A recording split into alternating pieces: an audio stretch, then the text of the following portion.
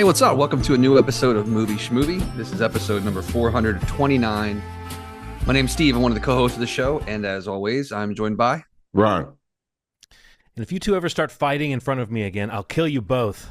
Understood? Understood. And How you guys doing?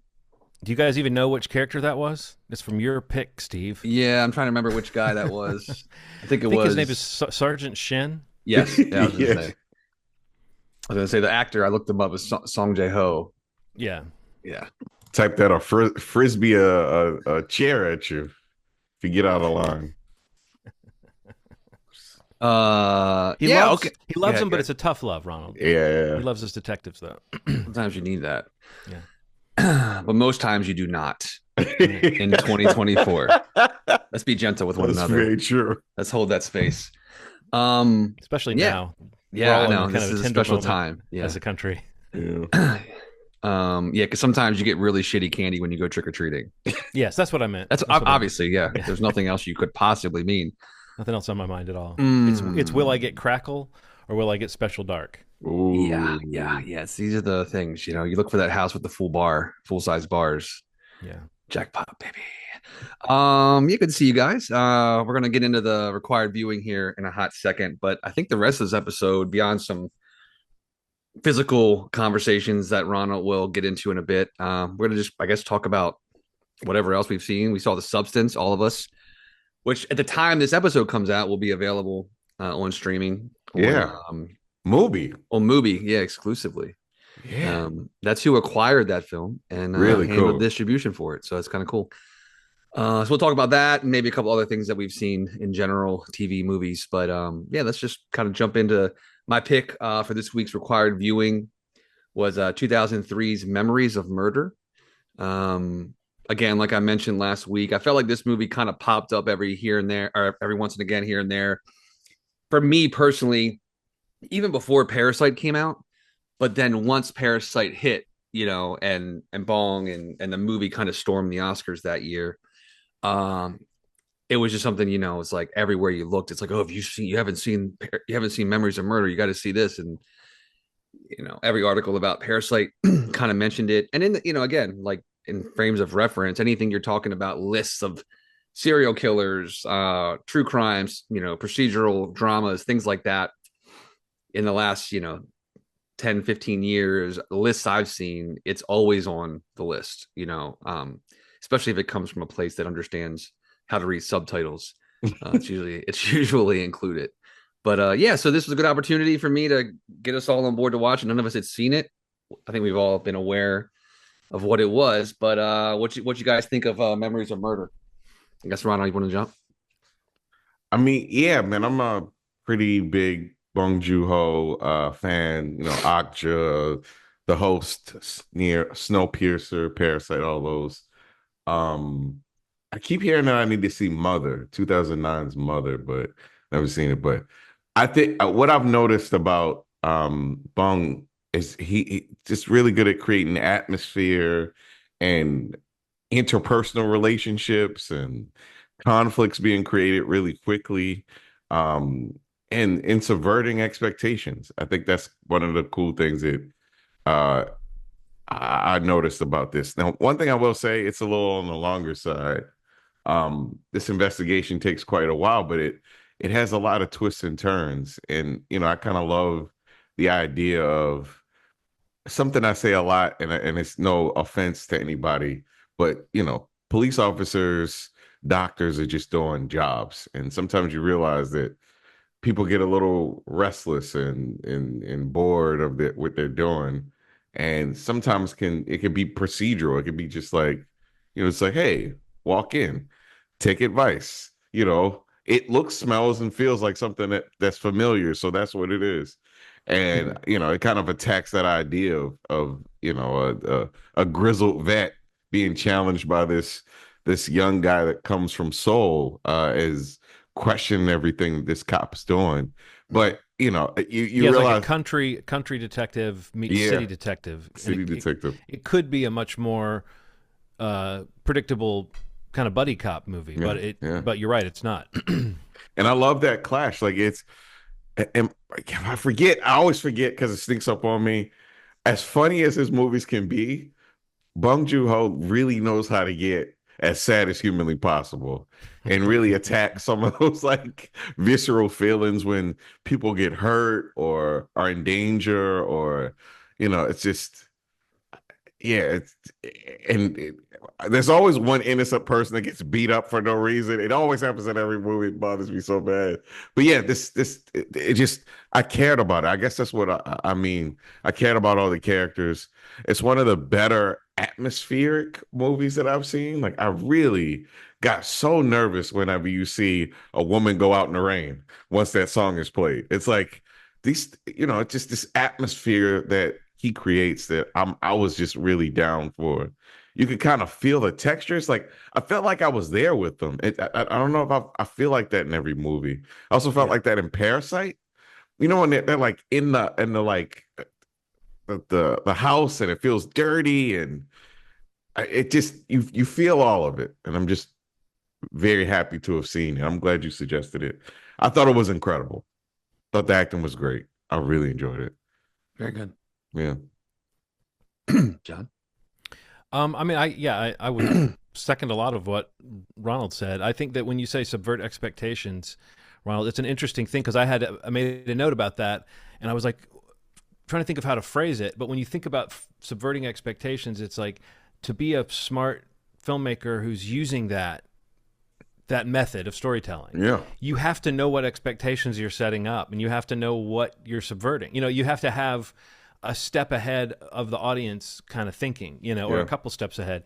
And I think that that's an interesting thing because this is a genre, the sort of cop thriller where plot twists and unpredictable story elements and characters who aren't what you think they are, that's the lifeblood of this type of story. So you're already dealing with a viewer that's like going, oh, how are they going to catch the killer? Even though this film does have a sort of procedural aspect of being very close to, in the cultural memory at the time in Korea, apparently, of actual murders from about a decade previous, in the mid-'80s, I think, into the '90s, that there were like 10 murders that happened in rural areas, and some of the details were the same. So I think for those folks, that this movie was reminiscent of that. So it may have felt more like a kind of somber procedural.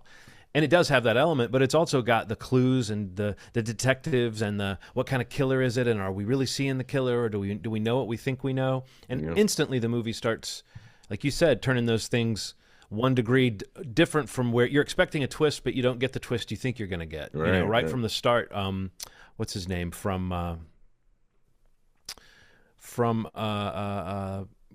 he was in Parasite as well, I believe. The main guy, Song Kang-ho, he was in Parasite, right? Yep. Like you start off instantly with him going like, oh, I kind of like this guy, and then instantly going, wait a minute, maybe I don't like this guy, because he's like falsifying evidence, or at least using fake evidence to badger this poor guy that they've kind of pegged for the crime.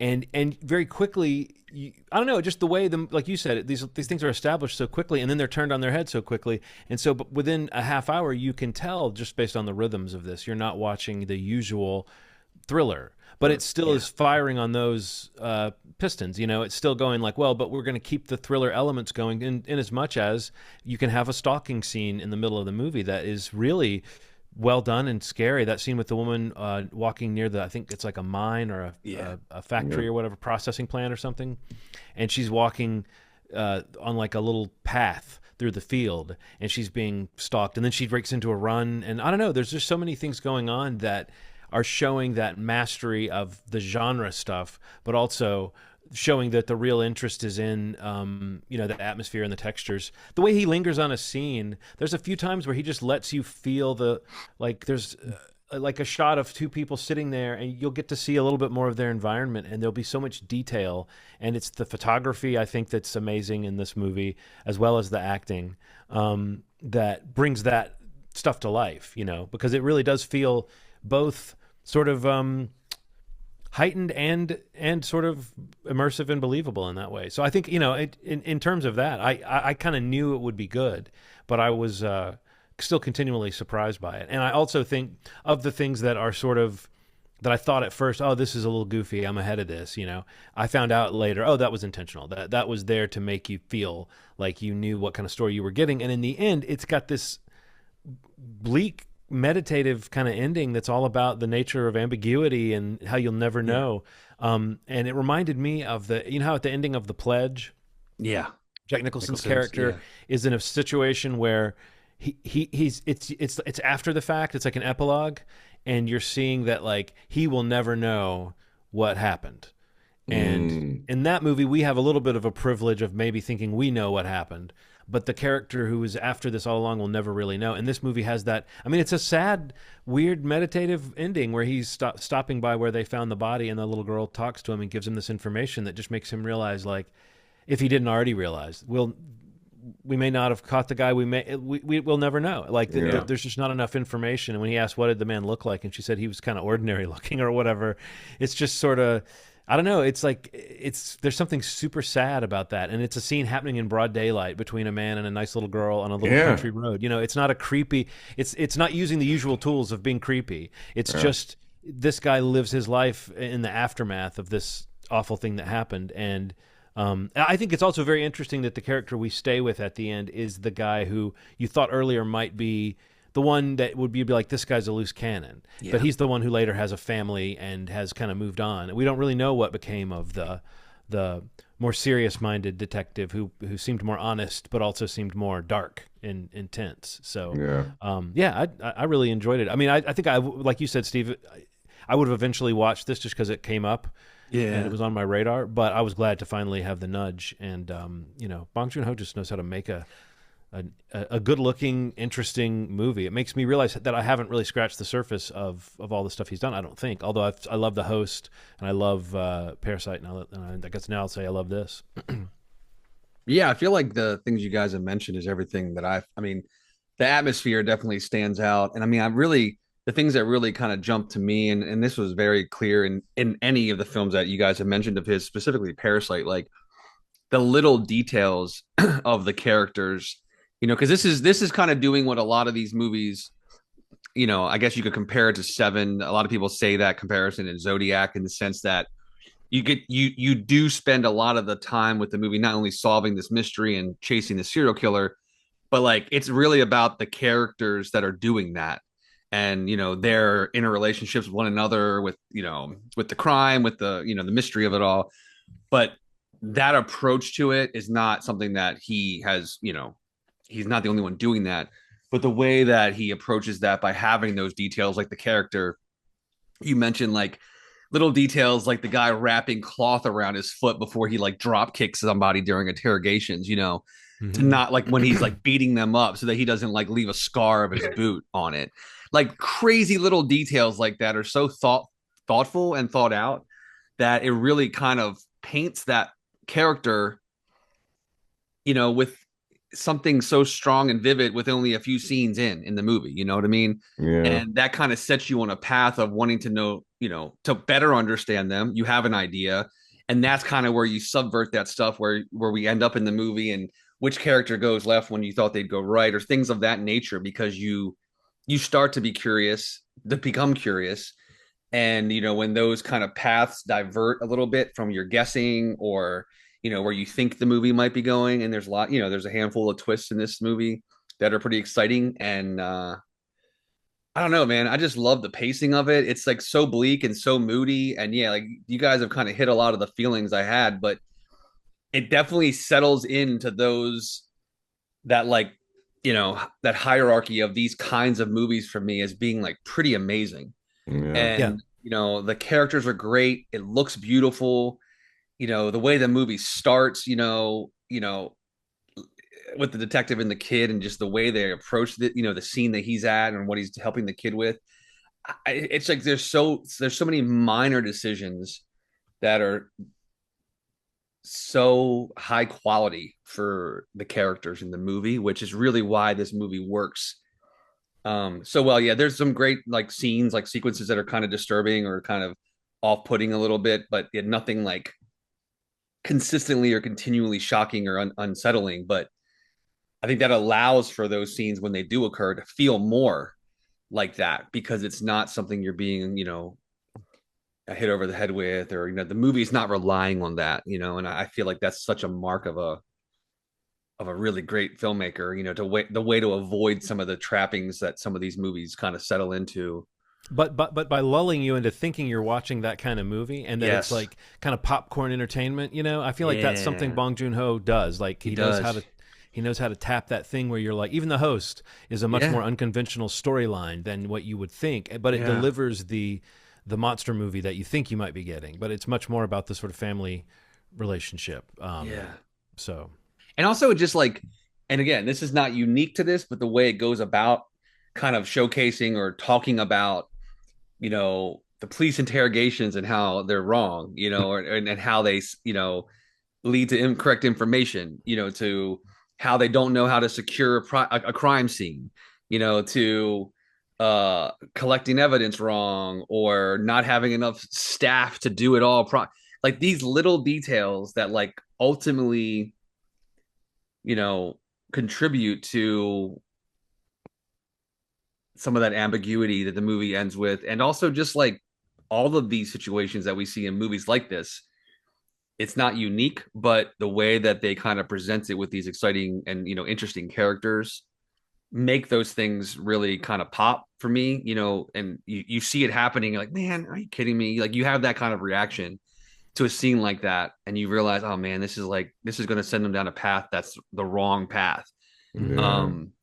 And that's always like, as a viewer, you're doing something right, I think, when you're engaged to that point, that you're having that kind of reaction to foresight, or to be able to see ahead of these characters, which is, it's kind of cool. To be like disappointed in their behavior. Yes, exactly. Where you're like, don't do that. But the way, what's the guy's name? The guy who they just victimized, basically. That poor guy who gets hit by the train. Oh man! Oh my god!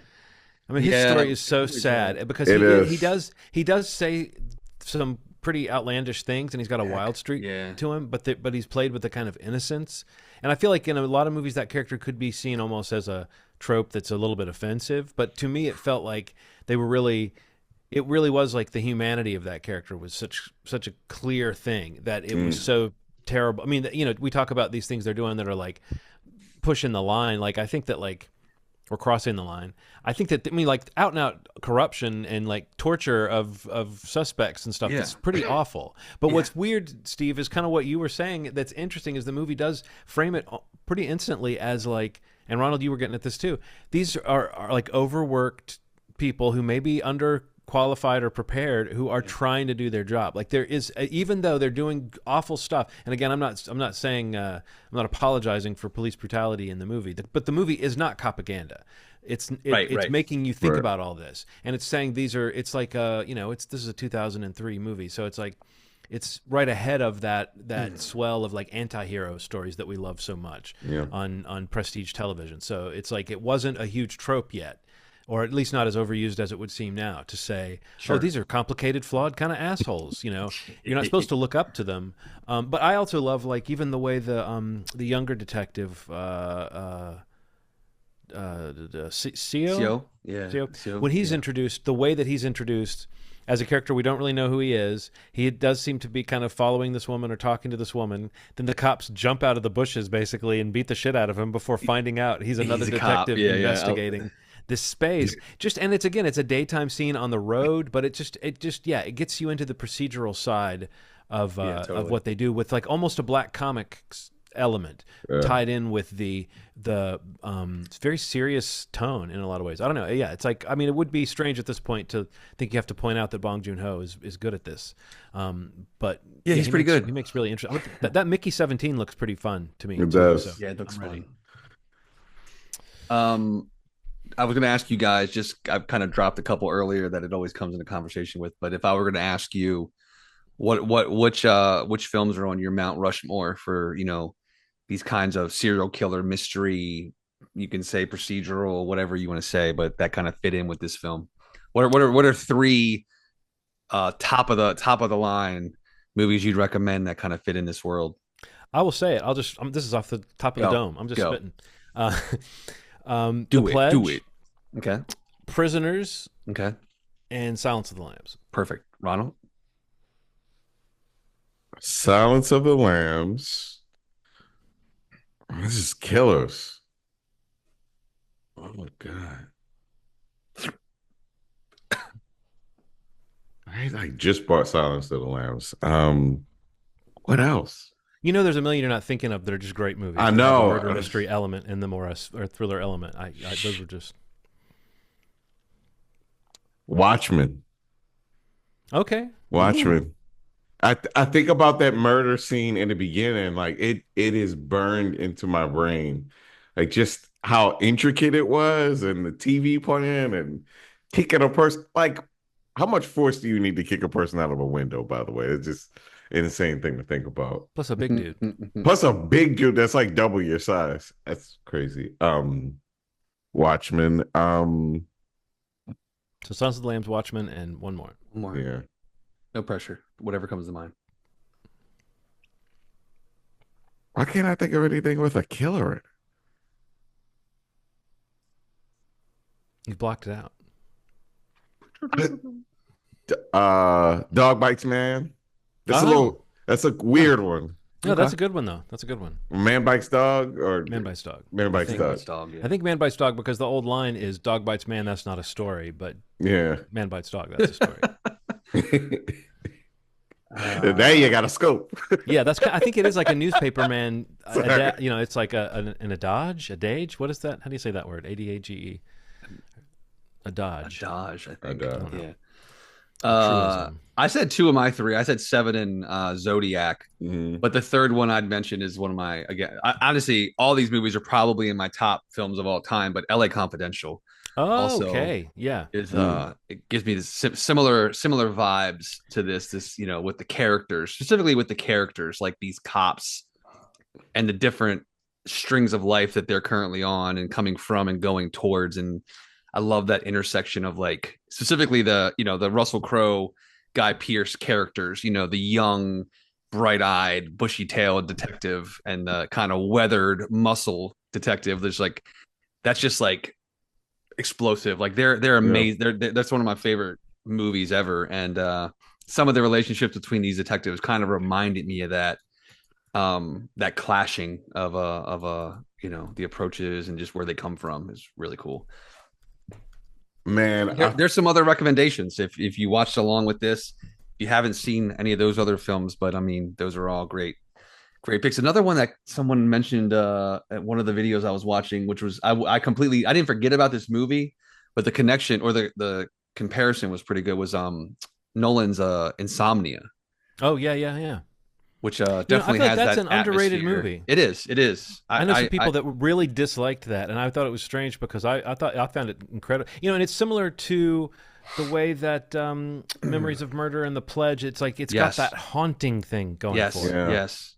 Like the movie exists like in a fog almost, But it's like the way the characters are haunted by being around this murder, and you feel like no one escapes. Yeah, like no one escapes without a mark on their soul, from this kind of thing. Totally. The sadness. What about the sadness? I saw that in the movie. I haven't seen that.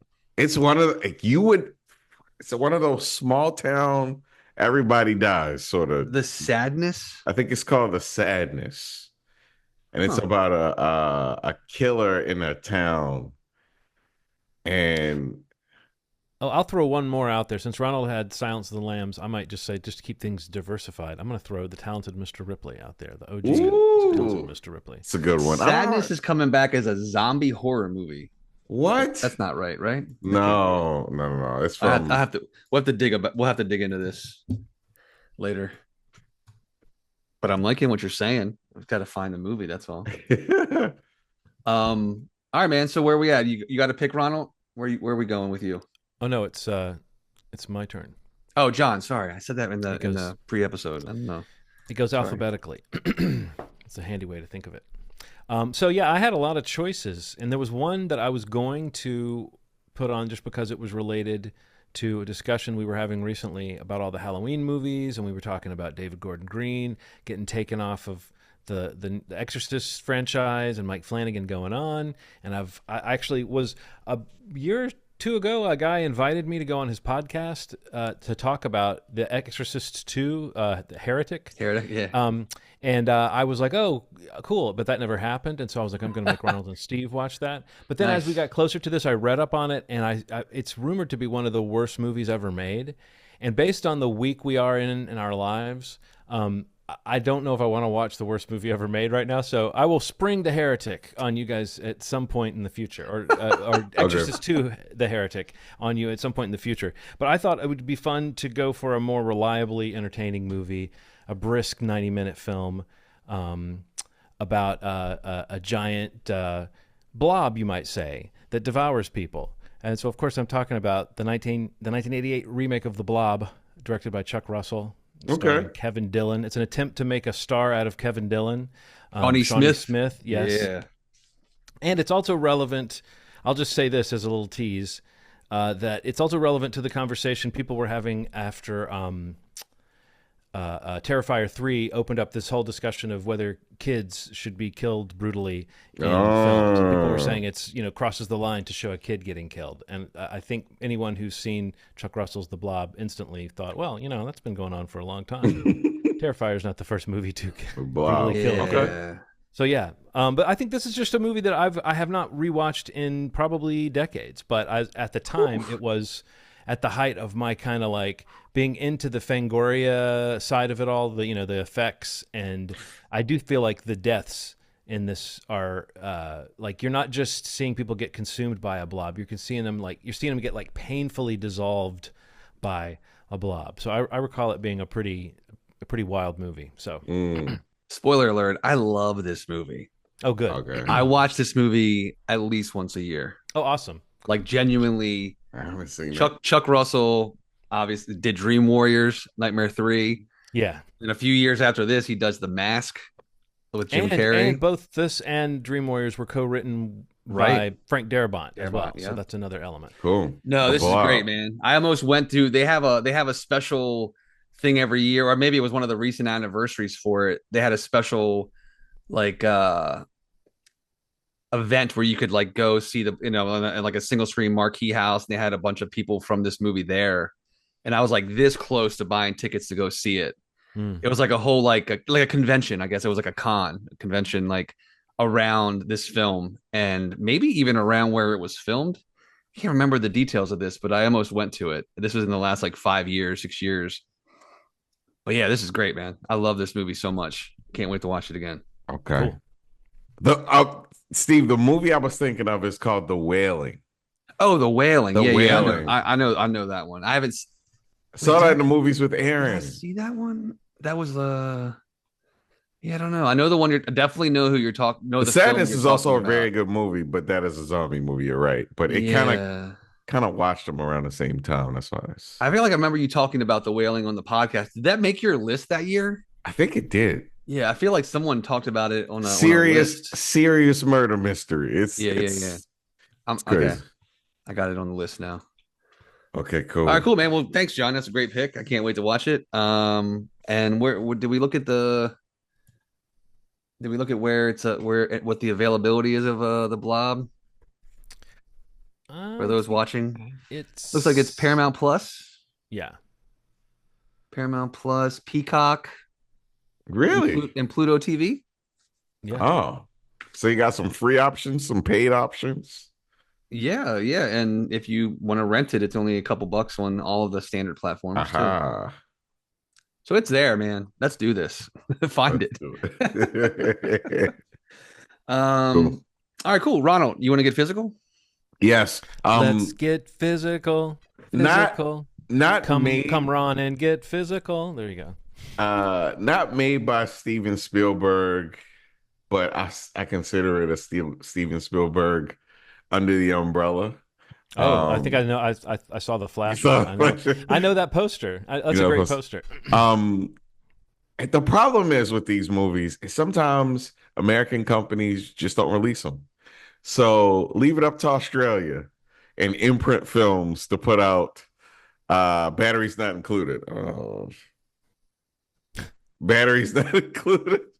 Come on, damn it. That's a Drew Struzan poster. Yeah, we got it. We got it. We got it. There was a shot there of it There somewhere. was a shot. Yeah, so No, we saw it. It wasn't blurring it out. It was just not quite in focus. oh, it wasn't in focus. Yeah. Yeah, batteries not included. Imprint release. I'm a big fan of Imprint in general. I haven't opened this up yet, but I'm pretty excited about it. There's a few interviews, like recent interviews on here, where they talked to Matthew Robbins, Brad Bird, wasn't Mick he involved in that? Garris. I don't see. Am I wrong? Yes, Brad Bird? screenplay by Brad Bird. Yeah. So Matthew Robbins is talking about writing it, and Mick Garris. Yeah, this is crazy. I didn't realize that all the material on this is from this year.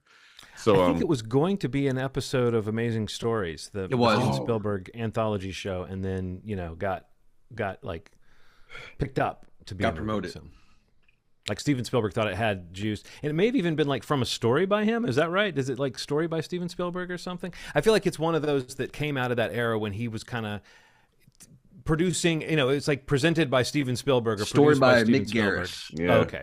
All right. Executive produced by Kathleen Kennedy. Yeah, and it's all those Steven folks. Spielberg. It's Yes. all the folks that stuck around later. But I mean, this was the era where there was like a Spielberg feel, and there were a lot of people like working, like junior Spielberg devotees that were working in that style. It's an interesting thing, like a new B movie, elevated B movie, pulpy stuff. It was such a great. I mean, at that age, I was like 12 or 13 or something when that stuff was hot. So I loved it. Oh man, yeah, this is great. It's so weird, like the way you set that up, and like the fact that these movies just don't have, like, it's like a random company in Australia or UK or wherever the hell, Germany. Yeah. You've gotten some like that's where they get a hold of it. I don't know if it's because of licensing things or what, and like they get weird, like man. They can release something that is that high quality, with the features. Like it's just, I mean, it's great, clearly, but it's just wild to me. Arrow Video just announced Demolition Man. I saw that. That wouldn't be like super popular for a big label, but like people are going ape shit for this movie. Like they're like, oh my God. And it's, it's going to have good content. And these companies have kind of become junior Criterion collections. You know what I mean? They kind of see Criterion has these documentaries and stuff, and these private labels are like kind of outdoing them in a lot of ways. Like Arrow is becoming people's Criterion now, which is amazing.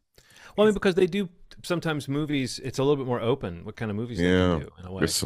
Even though Criterion seems to be pretty open to some. Now they seem to be loosey-goosey. I don't know what's happening right now, but no, I like the idea that movies are getting, that there's a reason for movies to get this kind of red carpet treatment of all the bonuses and the that's great. So I love that stuff. Yeah.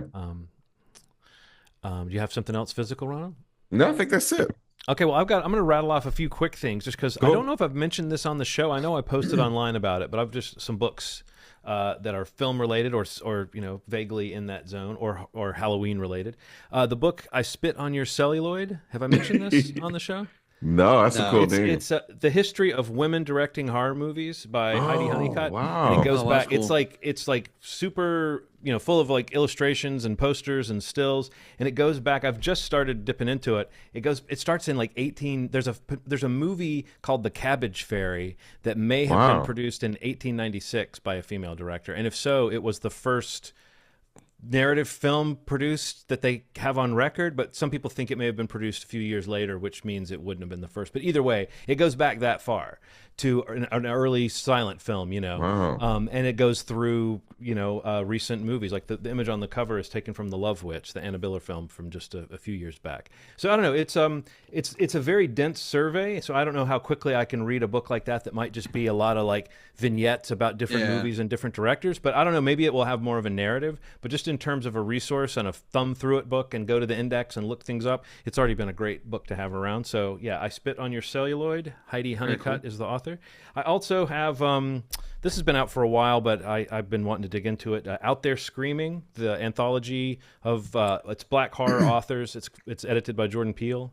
Wow. It came out a while back. I think it's only recently in paperback. That's where I saw it. So I know a few of the authors in this, and they're great. And yeah, I can't wait to finish it. But it's what I've read from it is awesome too. And the last book I have on my Let's Get Physical segment is a book called Satanic Panic, Pop Cultural Paranoia in the 1980s. It's all about it's another like copiously illustrated book, that goes into all of the stuff with the sort of moral majority being convinced that kids were being influenced towards evil through entertainment. So, right. Heavy metal, horror movies, video games, Dungeons and Dragons, all of that stuff got vilified. They all had their turn getting vilified by the religious right in the 80s. And some of it got connected to real or false crimes. There was a general paranoia about Satanism and rituals, and there were movies made that kind of played off of it. There have been documentaries. So this book really seems to lay all of that out. It's just called Satanic Panic. So I think that'll be appropriate for folks, since this episode is sort of our unofficial Halloween episode. Those are all three horror adjacent. Thank you for telling me about Out There Screaming. I'm just putting that on my Audible wish list. Oh yeah, I bet I wonder if it's all one reader or if you get different people reading. But it says the Audible of that full cast. It looks like there's a full cast of readers. I love when they do that. That sounds really cool. Aha. So we all watched The Substance. Yeah, what you guys think of The Substance? We're talking about The Blob next week. Are you trying to activate? You guys want to activate? Yeah. Oh yeah, let's activate. Oh, man. What could possibly go wrong? Or terminate? I don't know. Yeah. Ronald, you were the most recent one to watch this, and you were the reason we held back this was so that we all could have seen it. So tell us, why don't you start us off? Would you, after seeing that film, would you start the regimen? No, absolutely not. Man, look. Everybody, you guys know I'm quite the bitch when it comes to graphic horror. A very specific level of it. Like I'm squeamish. Mm-hmm. This was a masterpiece. This movie is a masterpiece, and I don't know what it is about it. It's like the fact that it's shot like a music video. It's like hyper real looking. I don't know what kind of camera they use for this thing, but Demi Moore, to do this feels so brave for some reason. Like, I don't know why I felt this like, holy shit, I love that she's getting dirty and grimy and disgusting and making ugly faces. Man, I'm so shocked by how much I love this movie that, and I loved the other version of her, the younger version of herself. I haven't really seen. She seems like a Nepo baby. She's a Nepo baby, isn't she? Margaret Qualley. Yeah, that's Andy McDowell's daughter. Okay. But just these performances. I think the Nepo baby thing goes away if you seem to be maybe a more talented actor than your parent. Yeah. So we'll just have to see. That's got him. But yeah, there's something about what Demi Moore choosing to do this at this point in our life, the messaging behind it. I've never watched something that felt so like predictable but unpredictable in the way that it works on two levels. You're watching it, you know what's going to happen, right? Sure, you see it, yeah. This subverting whole thing that's kind of becoming like a thing I love. You think it's going to end one way, and then it goes way crazier than you expect it to go. And I think maybe that's the cure for something being predictable. Like, it's going to happen. From the beginning, and the way that they present all the information, it's very clear that this is going to go awry. But how is it going to go awry? I think that's the thing. Like, the knowing what happens is a spoiler, and I don't like people spoiling shit for people and telling them it doesn't matter. I hate when people say, "Oh, it doesn't change your enjoyment of the movie to know what happens," and that's your basis for spoiling this. I don't like that. But I do think it's true that what happens is almost never as intriguing as how it happens. Yeah, or even more so than that, how this director, this actor, this whatever, how they're depicting it. Yes. There's like several levels of interest. And this is a movie that has a sort of interesting what happens, but it's really interesting how it's depicted. Yeah. You know what I mean? And it's like, it's masterfully made. Even someone who was repulsed by this movie and thought it was disgusting would probably have to admit it's disgusting because of how beautifully made it is. And yes, the gore, the whatever you want to call it, the body horror, it's extreme. Like you say, you're squeamish, Ronald. I'm not like not squeamish. I just like movies that go for something, right? I like extremes sometimes. And I think this movie, there were moments where I was like, oh boy, like we're cutting into skin and we're just watching it. We're not like the camera's not being merciful to our eyes at all. So this movie, I think I had this a similar visceral reaction to what you had. So don't think just because you're sort of our relative horror newbie that somehow this movie is not. I screamed a couple times like, oh God. No. I think I definitely went, ugh. Yeah. And weirdly enough, it was like the basic stuff that was really bothering me, like a nail or like out of all the things, I'm like, why is this nail bothering me? Or like just old things being on a table, or like, it's like, why are they doing this to me? Or like, the meat being like, it's just that scene where she's cleaning. It's so fucking good. And it reminds me of just how intentional you can be about the message is very obvious on some levels. And it still feels very powerful. It still feels like, damn, I feel like people can really learn something about this, something from this. It's obvious, but don't you think the movie, by the time it gets to the end, it's like, if you think the movie's beating you over the head with this, the themes from the start. So you're not like some genius if you get ahead of this movie's themes, But as far as what you get at the end is like, both generations are part of this awful, like, it's not just about being old and being obsessed with being young. It's also about how the young kind of feed on the old and don't necessarily understand or respect those boundaries. So I don't know. It's. I think by the time it gets to the end, even if it is kind of like on the nose, like super on the nose, it's like it's the first movie to be like, this movie's on the nose. Guess what? It's now doing. It's ripping your nose off and like playing around in the hole in your face, and then putting on a new fake nose. I mean, it's like it's by the time it gets to the end, it isn't just about like what you think it is at the beginning, which is like an obsession with being young. It's also about like the shallowness of being young in a strange way, but it gets at it, like the fact that Sue, the Margaret Qualley character, is just as much of a character as the Demi Moore character is, I think is sort of where the subversion exists. You might think that it's all about Demi Moore loving this life, this new life she has, but the fact that Sue is almost like a different entity. It doesn't seem like her enjoying a young life. It seems like a young person who doesn't want to be held down by this old lady anymore. And I think that's the body horror of just her aging, like when her arm is aging, that stuff was extreme. Yeah. Anyway, I agree with you, Ronald. I think that I may not have had that statement of like, I love this movie yet in my head, but as far as admiring how it's made and being blown away by the potency of it, and also completely disgusted by it, I think this movie, it hit me in all of those places. What about you, Steve?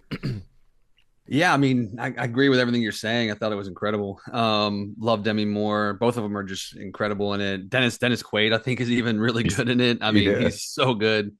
That's the role that I think Ray Liotta was cast for before he passed. He would have been great in that. He was supposed to be that character. But yeah, I don't know. Like the body horror stuff is just fucking awesome, and I just love, like, John, you kind of got at it there. When you were saying like. The reach of the young for the old. I mean, the reach of the old for the young, and then like the feeding of the young on the old. That literal and figurative statement in this film is so well presented. And I think that when you kind of watch this movie and you get this idea of like these two, like a shared consciousness between these versions of this character, like between between Elizabeth and Sue, and the fact that like neither kind of know what the other one's doing, right?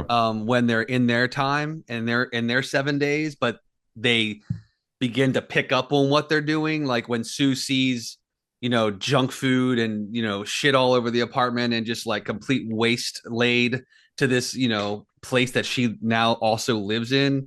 And when Elizabeth sees the billboard and like the New Year's stuff and all the advertising for the new workout program, like I like how you piece together these two characters who are the same shared consciousness, You are one. learning. Don't forget you're one, or Yeah, whatever they say. yeah, like just learning about each other, and there is no her and you, like you're one. And yeah, that was all so good, so Yeah. good. And I mean, honestly, we talk a lot about, like, again, you both have said this already in a different way, but like, you know what this movie is and you know where it's going, Yeah. but you really don't know how big of a swing it's taking in the last like 15 minutes of this movie. Mm-hmm. Like when the shit hits the fan, it is hitting the fan and splattering quite literally over everything within reach. Mm-hmm. And I loved it, every bit of it. Opening scene to end scene. Yeah. I thought this was just a great movie. So entertaining, so slick, looked gorgeous. Screenplay is incredible. Yeah, this is a great film. Yeah. It feels like a cautionary tale, like a proverb or something. Like almost like a fable, yeah. Yeah, like a fable. Almost the way that like Witch kind of was, like Sure. a fable. Like, it's like a real good cautionary tale about what you do if you mismanage the ability to, I don't know. And it works so well. Like, that idea works so well because of the little twist, in the sense that they're not aware of the other's life. Yeah. Even though they're the same person, their physical bodies right are different, and deciding what they do in those bodies is unique to that person when they're in that body. Like that idea is really just cool. so creative, honestly. Yeah. And I feel like that the gap between them that should be bringing them closer to what they both want, it just drives them further apart when they start to learn about each other.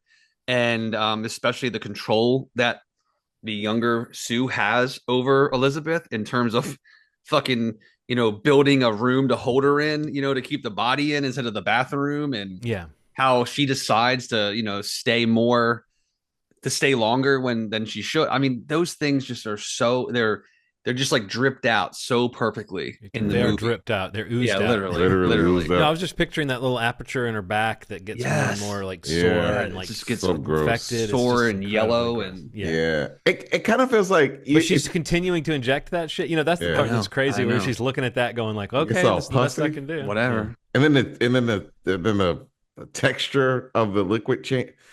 But I guess the idea is like, if you want youth, you also get that brain that you had back then too, like that, like the drive. As a kid, man, I was like so inconsiderate in a lot of ways that I'm just not inconsiderate anymore. I mean, we all kind of have our blind spots, and the thing that's tough is that it's tough for a younger person to hear that, because when you're young, you don't think you're being that. Right. I remember being young and thinking, they used to say, when I was a kid, they used to say, kids, you think you're going to live forever.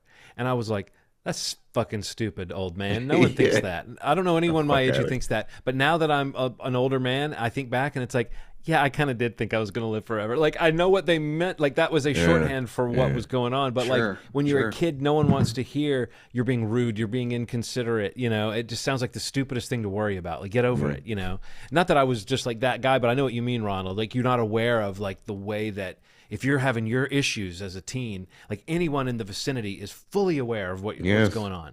And you may think you're just living your life and you don't realize you're affecting people. You know? And that's not to say that you're a bad person. It's like a natural stage we all go through. Yeah. And that's why there's so much cringing involved in being a parent, because you remember now what you were doing. Yeah. you I felt that, parents man. Went through.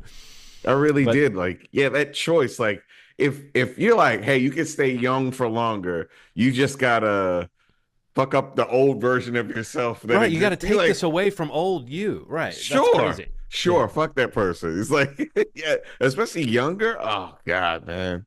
Yes, it's cool. That's an extra element to it too that we just came up with, is that idea that when you have these adventures and experiences when you're younger, you're like like what you're doing is totally laying down the circumstances of the old version of you. Like, I sometimes, as a middle-aged guy, think back on young me and I'm like, hey, good job, young me. And other times I'm like, what the fuck were you thinking? Oh, you'll reach up, you're like, oh, I did fuck my hand up when I was a teenager for no reason. I just jumped over a fence and then my hand got caught.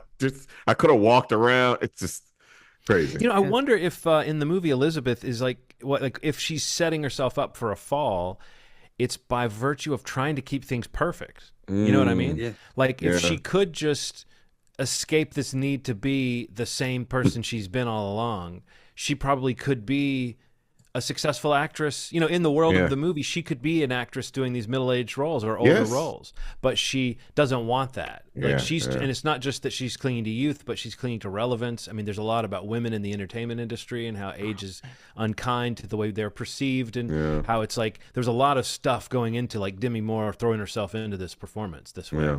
But I think it's interesting that she's looking for something that you might watch the movie and go, well, she doesn't need any of that. She could just she's beautiful. Getting older, right? Yeah, she looks great. It's a wild. I mean, and honestly, I love that she challenged herself for something like this. This is clearly impeding upon something that she's dealing with currently. You know what I mean? Like it's gonna directly clash with that, and the fact that she took it on and handled it in such a way that didn't feel like she was trying to be too cool. A lot of people don't do stuff like that, and I just think it's super brave of her to do it. People say brave about a lot of things that actors do. That's brave. And then you see this, and you're like, no, this is brave. No, really, this is. I mean, like it comes literally... under. Yeah, it falls into what she's gotten a lot of criticism for too in the last couple of decades. Like she's had her fair share of articles and interviews and reports of like the things that she's gone through in real life to appear young. Like the numerous. Cosmetic surgery and things that she's done that she's addressed and she's talked about and she's owned and kind of openly discusses that stuff. I mean, she looks incredible, and in this movie is literally turning that on its ear. Like it's literally talking about, well, when does that go the other direction where all those years from your youth to where she is in the beginning of this movie. That version of her that Sue existed at some point, and because it's the same consciousness, it's the same person, so her 30 years ago or whatever number of years ago, that's all culminated in the version of her we see at the beginning of the movie is making the decision to go back and do this again and ultimately fucking herself over because of that obsession. And that has some weight to it, man. Has some weight to it. It's like we filled in the story for her already because of that. That's really smart, man. And it's got that image of the star on the Hall of Fame. Yeah, it's so good. It's like such a great image that kind of, even though it's like you might be thinking like, wow, this is really staying with us for a long time, but by the time it gets to the end of it's it's like a Pixar short almost at the beginning of the movie. Yeah, you're right. It really is. But it's like it tells the story of the movie in a strange way, or at least sets you up for what we were saying. Like rather than seeing her career in a bunch of flashbacks, we get the idea of her kind of rise and, if not fall, her becoming something that people aren't amazed by anymore. That's got to be tough. I mean, I know that it's like a vanity or whatever, but it's got to be tough to be hot shit for one day or maybe several days, and then wake up one morning and you're just not hot shit anymore. That because you're like, well, I'm not doing any worse. It's not like I'm not trying. I'm just not connecting. Yeah. So no, it's like and I do think it's very much. It does have a lot of added weight because it's a female director and writer. And it's about this subject matter and it's women. I mean, I do think that adds a lot of weight to the movie. But what I think is interesting is everything we've talked about as far as the age matters. It's very relatable to anybody, I think, to understand that idea of just like what your prime is and how to accept that you can't be in that prime forever, and that there maybe freedom and happiness exists in letting go of that. Just not giving a shit what they think. But I think when the whole point is when you're an actor, you can't really. You're dependent on people needing more of your flavor specifically. So, and revenge is the only other thing I've seen. Is that the only other thing that Corley? I don't know how to say her name. I think. I mean, that's the only one I had heard of. I mean, she's got other stuff on her IMDb, but I'm not familiar personally. I'm not familiar with it. Well, it's pretty extreme and wild too. It does with blood what just Body Horror, this movie does. As far as just like there's so much blood in that movie. But yeah, that's the one. I mean, again, the day this comes out, if you didn't get to check this in theaters, it may still be in some theaters, in a limited release. But yeah, it's coming out today on Halloween. on Movie. Yeah. Movie distributed Decision to Leave. That's their first, Yeah. one of their first official releases under their label. They decided to do something different. And I know that they put things out like they had like a rental system where you basically pay money and then get a compilation of movies. I thought that was so cool. Like back in the day. But yeah, I picked up Decision to Leave from movie.com. It's beautiful. One of my favorite discs I have. Very cool. What else have you guys seen? Anything else you want to mention? The English Teacher. Oh, I've heard it's great. Incredible. What? Dude, I had an exchange with him on Twitter. I forgot to send that guy to you guys. Yeah. Oh, the actor? I tweeted something about like the soundtrack, like how every episode opens with some amazing song. So good. And I was like, how do they not have a playlist for this show? Because like I literally have searched every song the show has opened with. And I have like my own playlist for it. But yeah, Aaron have watched that with me and love that show. Brian Jordan Alvarez, I think, is the star writer director. He at least did some of the episodes. I don't know if he directed all of them, but good mentioning that. I wanted to mention that on a prior episode, but I think we talked about, you guys hadn't watched it yet, or maybe Ronald and I talked about it at the movies. That's what is that? That's a FX on Hulu. Yeah, kind of Disney Plus set up. Yeah. So all the Disney related stuff. And I'll say the finale of this season, I hope there's more of this show, please. But the finale of this season, like, it had me in tears. Like I loved it. It was so good. I was not expecting some other. It's cool, man. Yeah, short season. Yeah, I think it's 8 episodes. Is it 8 or 9? Yeah. I mean, it's a short for that kind of show. That feels like the kind of show that they would have the regular networks length seasons for, you know. Yeah, and I feel like everybody associated with it, with the exception of the principal, who's Enrico Colantoni is his name. The guy from Everything. Yes. Veronica Mars, Cantanelli or Cantalinelli. Yeah. Colantoni. He was also in Galaxy Quest, right? Yes. Yeah. But yeah, I don't know. A lot of, I don't recognize anybody. Brian Jordan Alvarez, apparently, like, I don't know what his deal is. Like, I was looking him up. I guess he kind of blew up on social media. He has like a YouTube, TikTok history or something. I don't know. I know he was in Megan. I think he was in the reboot of Will and Grace a little bit. Like he has credits, but I know I was reading a piece on him. I forget which trade put out an article on him, but I guess he came to prominence in the social media era of development. But yeah, I love it.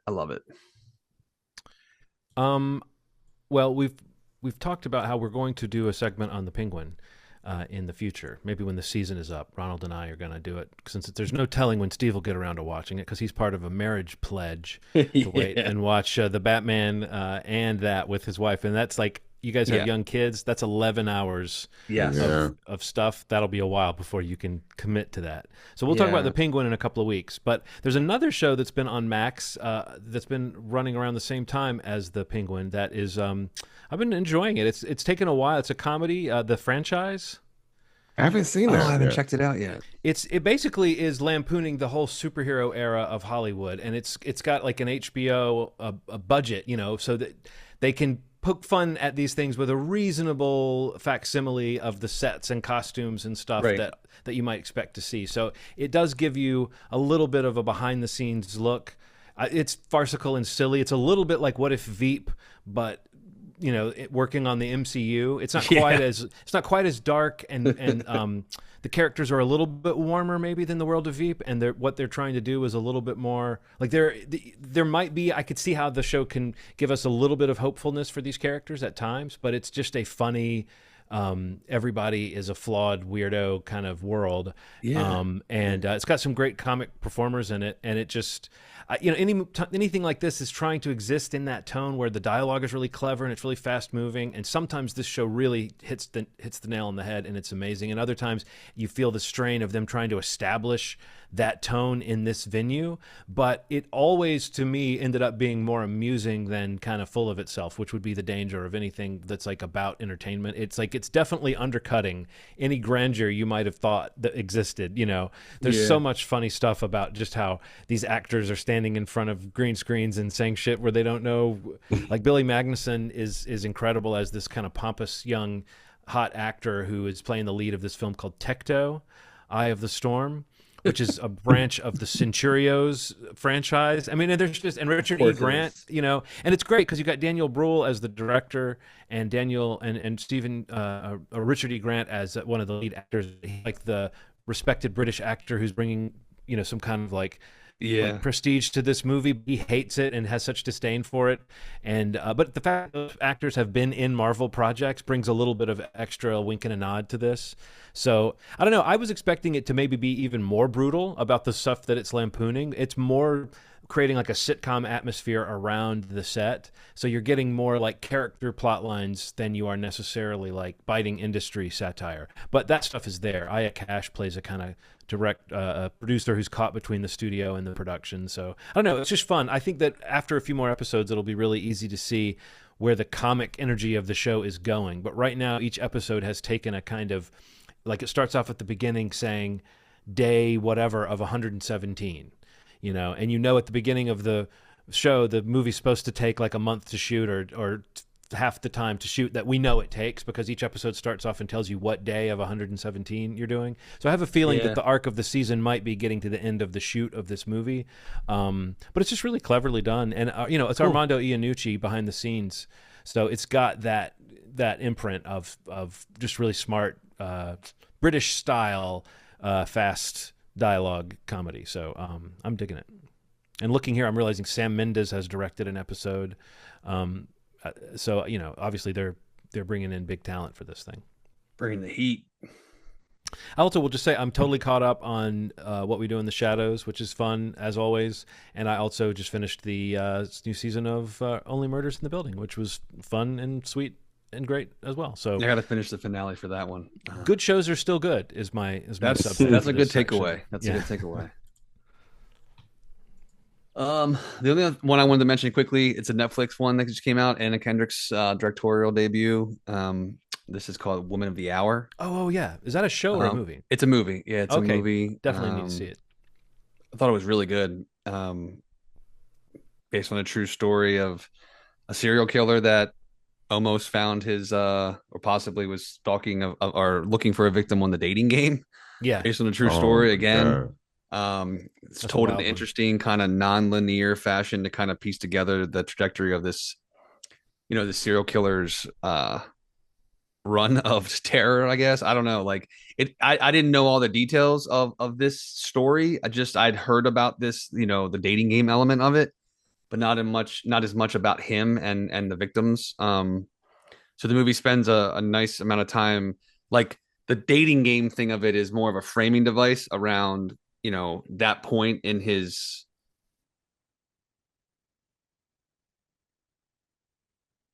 the victims that he had, and you know, it spends equal if not more time in other, you know, kind of settings with some of the women that, you know, he had murdered in, you know, before and after the dating game. So it's really kind of unsettling and kind of, you know, it's kind of very tense and kind of suspense, you know, it's just really, really effective and kind of making you uncomfortable in scenes, even if you kind of have an idea of what's going on or where it's going. Like there's moments where you definitely hold your breath a little bit and like, what's going to happen here? But yeah, for a debut for her, especially, she's in it as well. Thought it was really good. And I know it's been like number one on Netflix for a couple weeks. And definitely would recommend checking that out. Again, that's Woman of the Hour. This is the one that they picked up at, I think at TIFF, and